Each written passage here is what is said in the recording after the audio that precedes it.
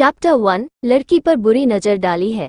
एक काला चीता जंगल में अपनी पीठ पर एक लड़की को बैठाकर दौड़ रहा था। उसकी पीठ पर बैठी लड़की दर्द से कराह रही थी, शायद उसे बच्चा होने वाला था। उन दोनों के पीछे कुछ लोग फायरिंग करते हुए आ रहे थे। लड़की कराहते हुए बोली, अभी कितना दूर है? तुम फिक्र मत करो, मैं हमारे बच्चे को कुछ नहीं होने दूंगा। काले चीते ने अपना रास्ता बदल कर कहा। तभी एक गोली उस चीते के पैर में आकर लगती है और वो दोनों लड़खड़ा कर गिर पड़ते हैं। लड़की की चीख निकल जाती है। कहानी शुरू होती है। अभय राजवंश हीरो अपने खानदान का इकलौता वारिस है जिसके पिता नहीं है। गीत हीरोइन, इसकी हिस्ट्री किसी को नहीं पता, ये कहाँ से आई है, कौन है। घने जंगल के बीचों बीच कुछ बंजारे जोर जोर से नगाड़े बजा रहे थे और अजीब अजीब सी आवाजें निकाल रहे थे। कुछ बूढ़े लोग अजीब अजीब मंत्र पढ़ रहे थे। एक औरत आंखों में आंसू लिए जोर जोर से चीख कर रहम की भीख मांग रही थी।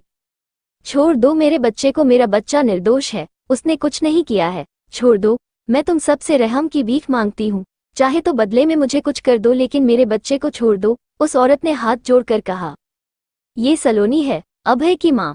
इसने हमारे कबीले की लड़की पर बुरी नजर डाली है, इसे अंजाम भुगतना ही होगा, कबीले के सरदार ने कहा।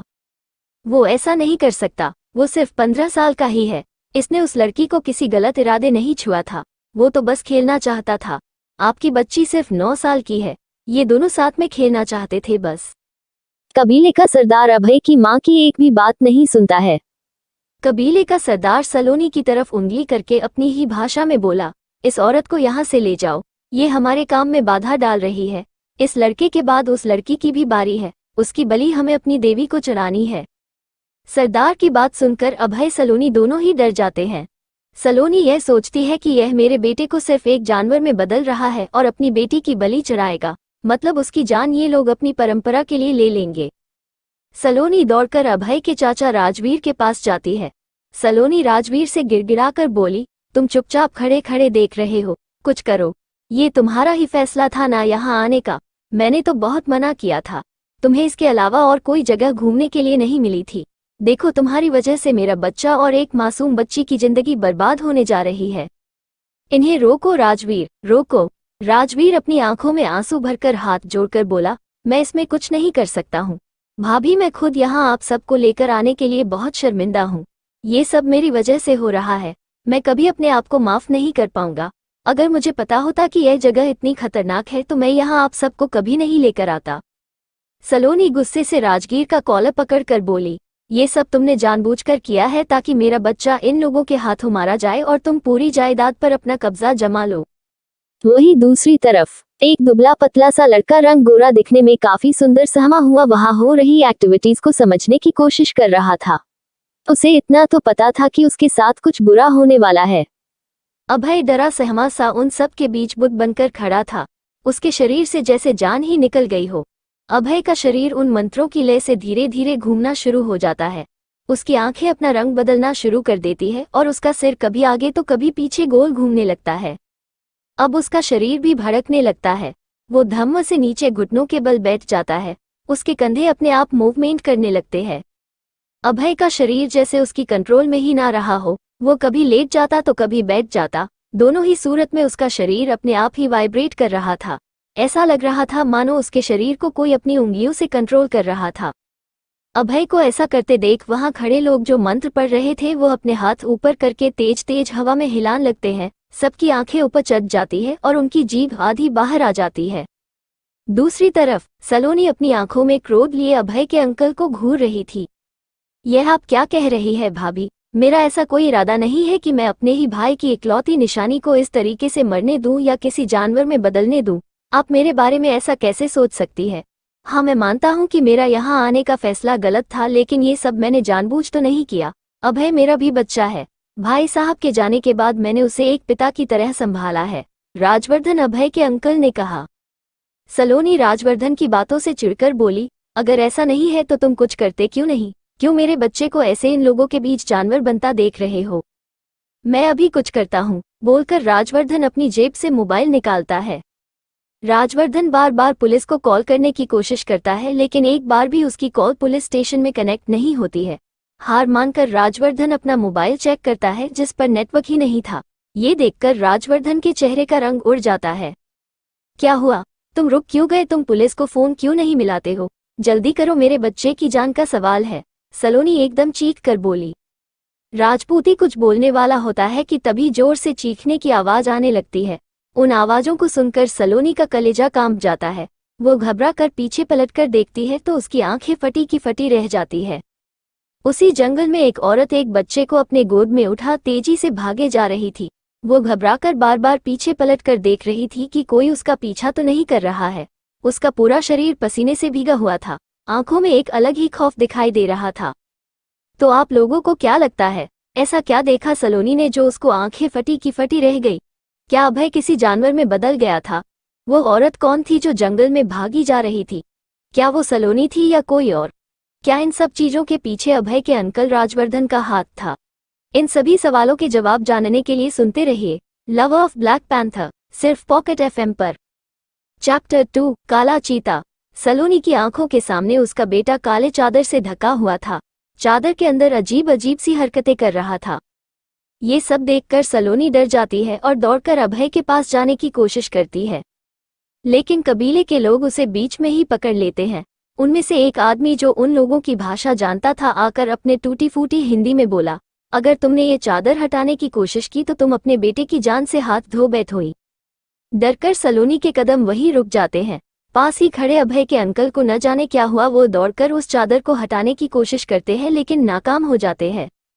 कबीले के लोग राजवर्धन और सलोनी को एक पेड़ से बांध देते हैं और मंत्र पढ़ना और भी तेज आवाज में शुरू कर देते हैं। सलोनी फिर से अपना रोना चीखना शुरू कर देती है। अपने बच्चे के लिए रहम की भीख मांगने लगती है।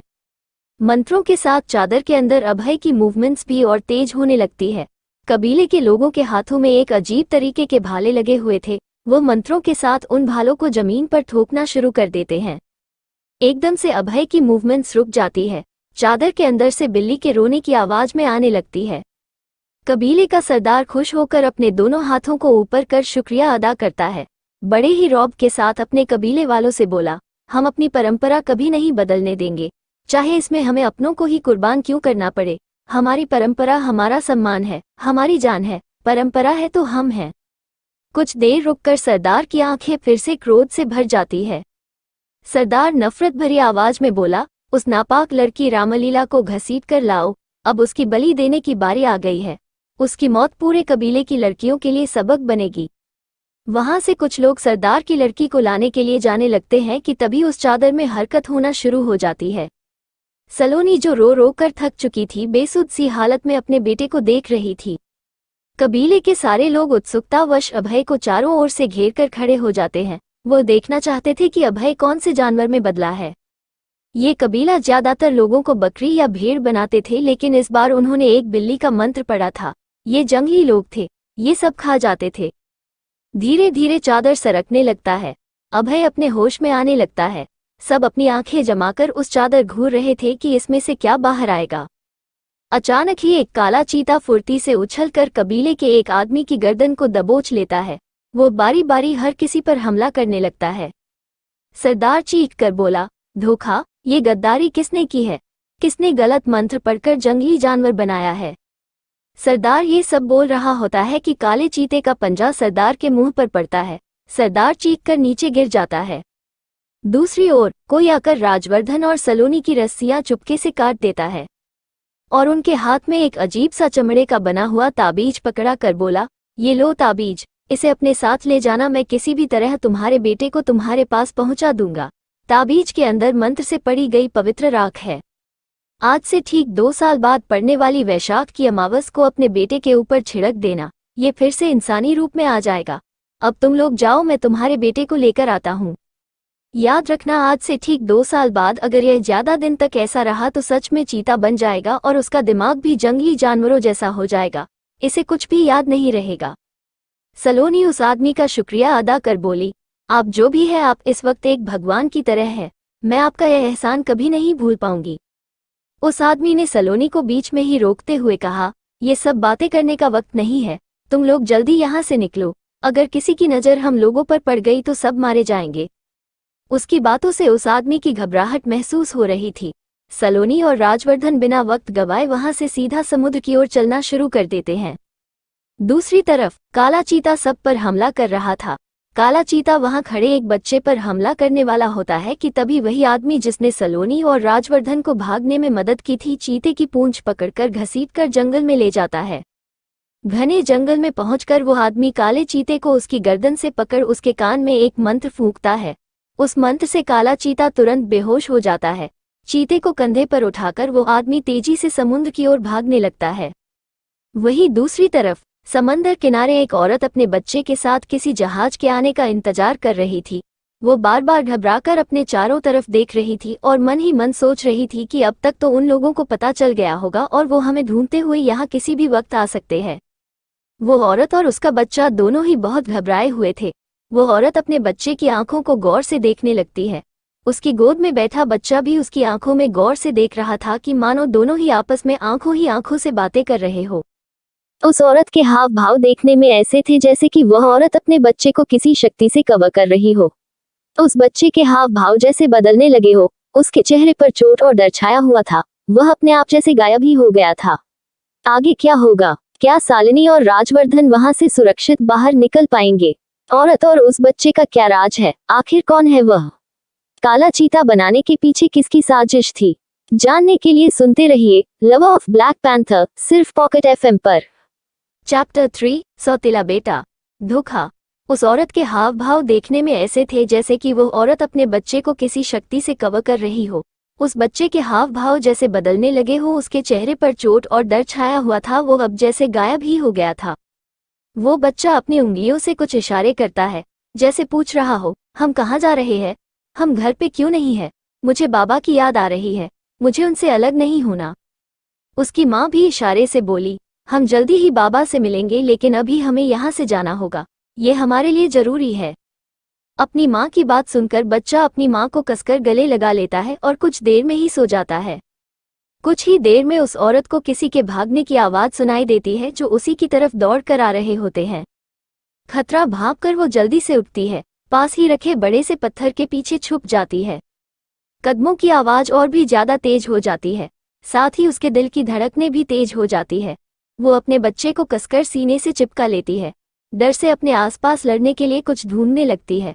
उसे कुछ नहीं मिलता है तो वो एक पत्थर उठा लेती है और हमला करने की पोजीशन में खड़ी हो जाती है। जैसे ही जंगल से कोई बाहर निकल कर आता है वो औरत अपनी आंखें बंद कर हमला कर देती है। लेकिन वहां कोई इंसान नहीं होता है। वहां सिर्फ कुछ जंगली सुअरों का झुंड होता है जो पत्थर लगने से दूसरी ओर चले जाते हैं। जंगली सुअरों की आवाज सुनकर वो औरत राहत की सांस लेती है। कुछ ही देर में उसे फिर से किसी के दौड़ने की आवाजें आने लगती है। जंगल से कोई बाहर आता उससे पहले ही जहाज के आने की आवाज आने लगती है। जहाज रुकने के बाद जैसे ही बनकर नीचे गिराता है तो वह औरत बड़ी फुर्ती के साथ दौड़कर उस बनकर पर लटक कर ऊपर जहाज में चढ़ जाती है। उसके साथ उसका बच्चा भी था। वहीं दूसरी तरफ सलोनी और राजवर्धन भी जंगल के बाहर आ जाते हैं। सामने पानी का जहाज देखकर उनके जान में जान आ जाती है।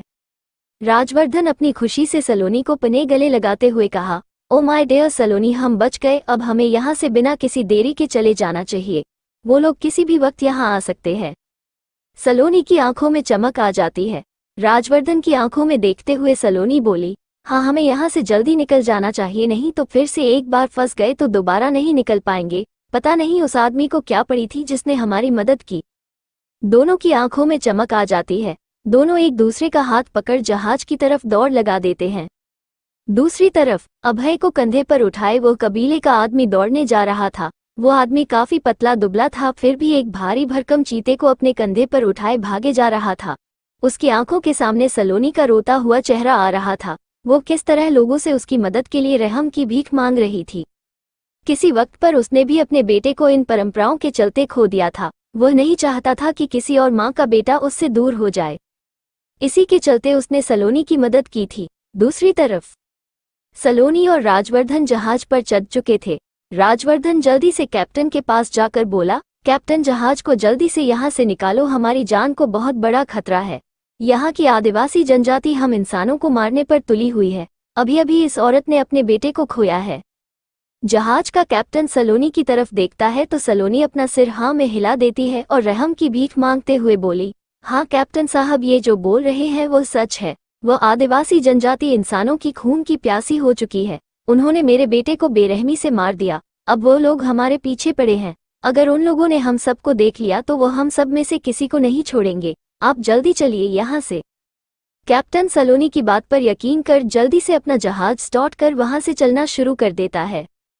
सलोनी के हाथ में वो ताबिश लगा होता है जो उस आदमी ने अभय को फिर से इंसान बनाने के लिए दिया था।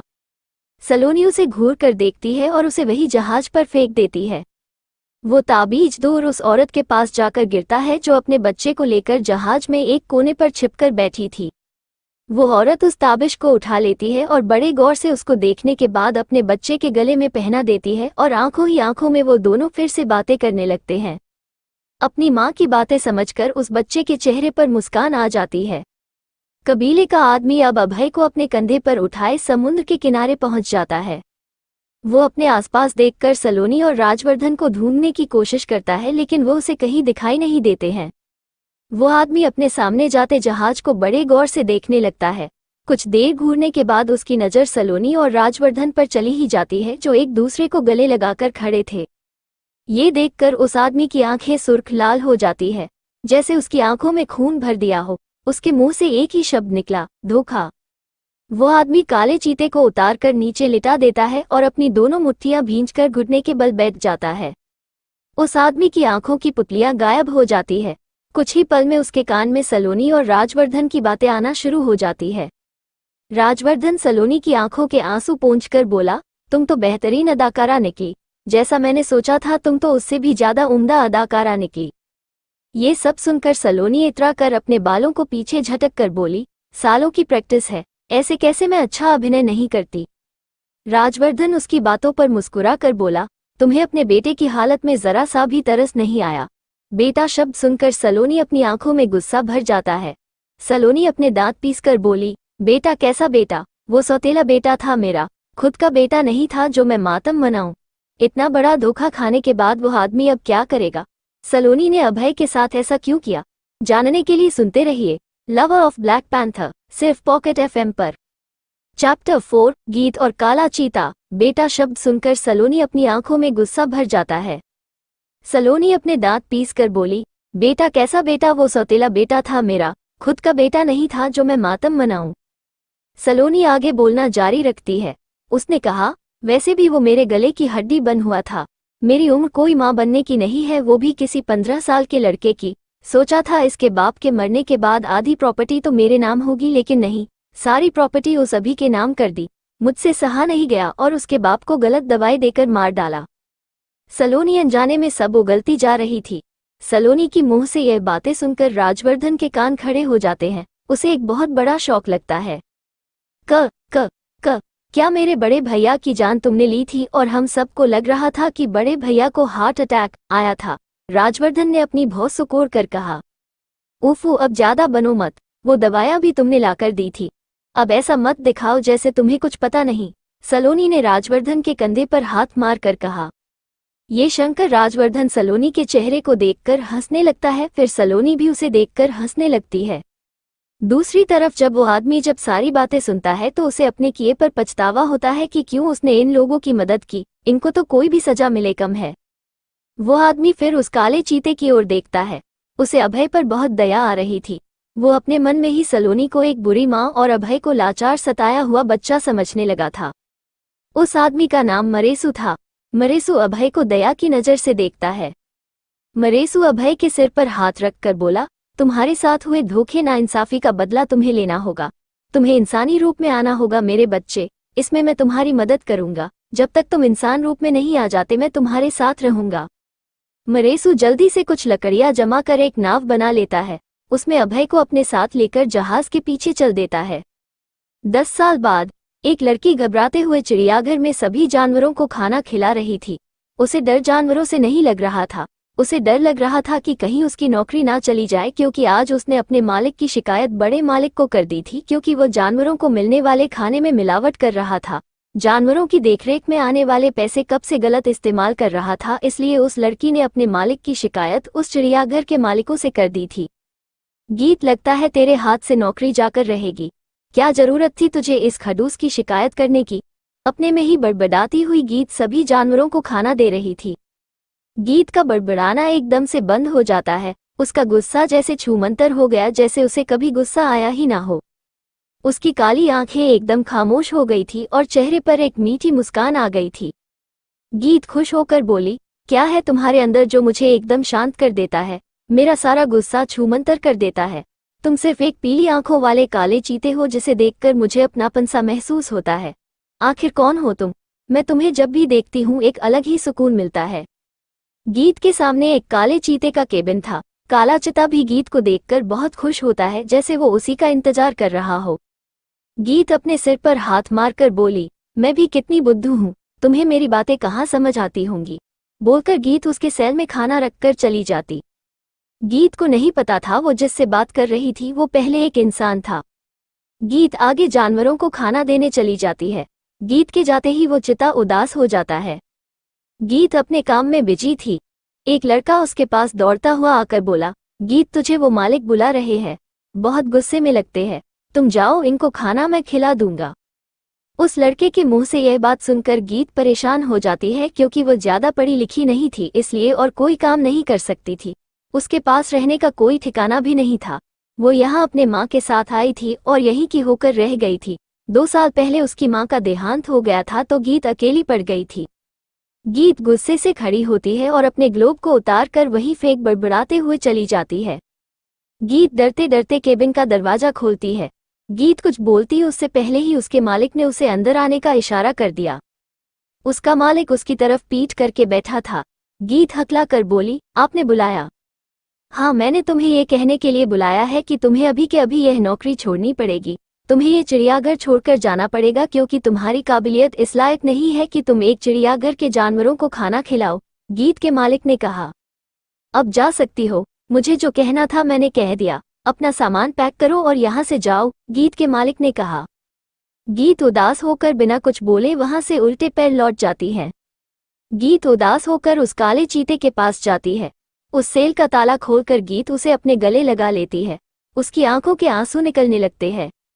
गीत अपने आप को संभाल कर बोली, तुम्हारा मेरा साथ शायद यही तक था, अब मुझे तुम्हें छोड़कर जाना होगा। तुम अपना ख्याल रखना और ठीक से खाना खाना। मैं तुम्हें मिलने आती रहूंगी। अगर मेरा बस चले तो मैं तुम्हें अपने साथ ही ले जाऊं।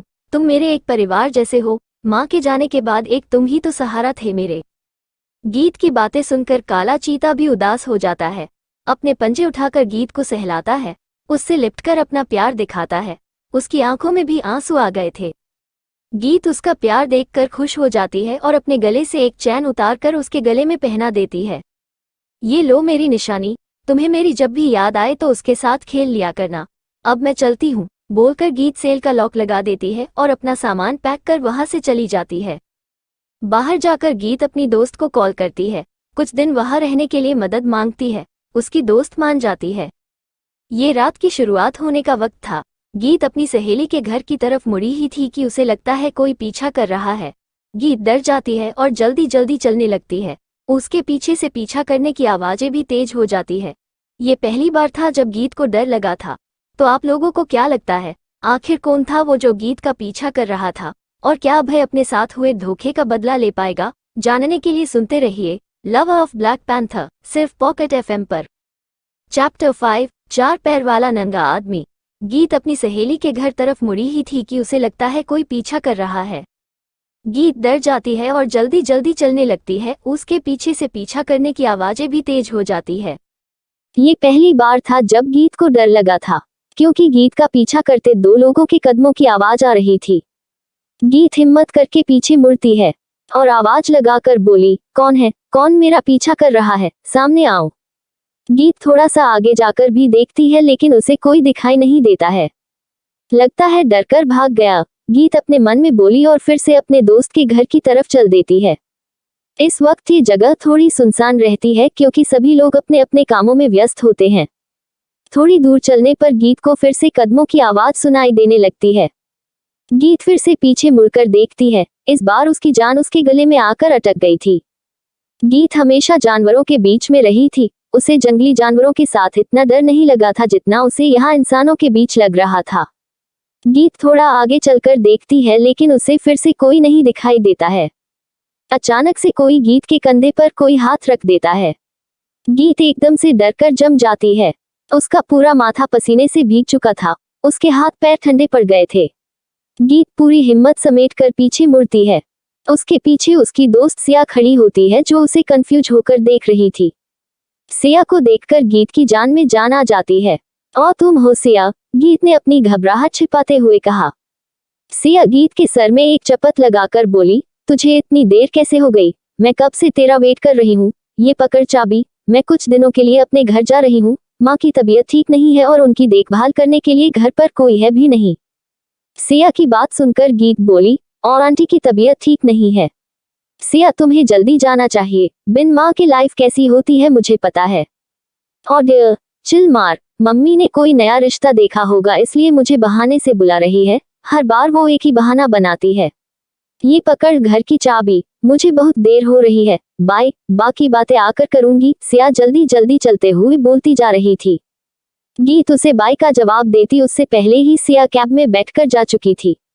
गीत जल्दी से सिया के घर पहुंच जाती है। गीत अभी आराम से बैठी हुई थी कि घर की डोर बेल बजने लगती है। गीत सोच में पड़ जाती है कि इस वक्त कौन आया होगा। अगर कोई आने वाला था तो सिया मुझे पहले क्यों नहीं बताया। बार बार डोरबेल बजने से परेशान होकर गीत जल्दी से जाकर दरवाजा खोलती है। सामने सिया खड़ी थी। गीत के माथे पर 2 उंगली मारकर बोली, दरवाजा खोलने में इतना टाइम लगता है? मैं अपना आईडी कार्ड घर पर भूल गई थी, वही लेने आई थी। उद्धरण चिन्ह। गीत उसे आंखें गोल घुमाकर देखने लगती है। ये रहा, चल बाय। आई कार्ड उठाकर सिया जाते हुए बोली। गीत को लगता है कि सिया फिर से कोई सामान भूल गई है तो उसे वापस लेने आई है। गीत दरवाजा खोलकर देखती है तो सामने कोई नहीं था। गीत बाहर निकलकर चारों तरफ देखती है, उसे कोई दिखाई नहीं देता है। गीत अपने कंधे उचकाकर अंदर वापस आ जाती है और दरवाजा बंद कर अच्छे से लॉक लगा देती है। सिया जैसे ही पलटकर पीछे देखती है तो उसकी मुंह से एक जोरदार चीख निकल जाती है। इसके साथ ही वह बेहोश हो जाती है। कुछ देर बाद उसे जब होश आने लगता है तो उसे महसूस होता है कि कोई उसके मुंह को चाट रहा है। उसे बार बार अपने मुंह से हिलाकर उठाने की कोशिश कर रहा है। गीत को ऐसा लगता है कि उसका ब्लैक पैंथर उसके पास है और उसे उठाने की कोशिश कर रहा है। गीत जल्दी से उठती है और बिना देखे उसे अपने बाहों में भरकर बोली, चीतू तुम आ गए, मैंने तुम्हें बहुत मिस किया। गीत को अपने सर पर एक हाथ महसूस होता है। उस एहसास से जल्दी से दूर हटकर देखती है। उसके सामने बेहद खूबसूरत लड़का होता है जिसने कोई भी कपड़ा नहीं पहना था। उसके चलने की स्टाइल किसी जानवर जैसा था। गीत मुंह फाड़कर उसे देख रही थी और समझने की कोशिश कर रही थी कि आखिर यह है कौन जो इस तरह से उसके घर में उसके साथ है। कौन हो तुम? और तुम यहाँ क्या कर रहे हो? तुमने कोई कपड़ा क्यों नहीं पहना है? गीत अपनी आंखें बंद कर बोली। गीत की आंख बंद करते ही वह लड़का गीत की आंखों से उसके हाथ हटा देता है और मुस्कुराने लगता है। गीत फिर से अपनी आंखें बंद कर लेती है तो वह लड़का फिर से उसकी आंखें अपने हाथों से खोल देता है। इसी बीच गीत को अपना ब्लैक पैंथर याद आने लगता है कि वह किस तरह उसके साथ आंख मिचोली खेलती थी। वह अपने हाथों से अपनी आंखें बंद कर लेती थी तो ब्लैक पैंथर अपने पैरों से उसके हाथों को हटाकर खुश होता था। गीत एकदम से चौंककर उसको गौर से देखने लगती है। गीत की नजर उसके हाथ में अटकी हुई चेन पर चली जाती है जो गीत ने अपने ब्लैक पैंथर को पहनाई थी। ये वही पैंथर था जिसे गीत अपनी माँ के बाद सबसे ज्यादा प्यार करती थी। गीत अपने ख्यालों में खोई हुई थी कि सामने वह लड़का अपनी आंखों पर एक हाथ रख लेता है और गीत के उसके हाथ हटाने का इंतजार करने लगता है। आखिर क्या होगा? क्या गीत की लाइफ अब सुधर जाएगी या उसकी राहों में और भी ज्यादा मुश्किलें आने वाली थी? कैसे एक जंगली को इंसान बनाएगी? जानने के लिए सुनते रहिए लव ऑफ ब्लैक पैंथर, सिर्फ पॉकेट एफएम पर।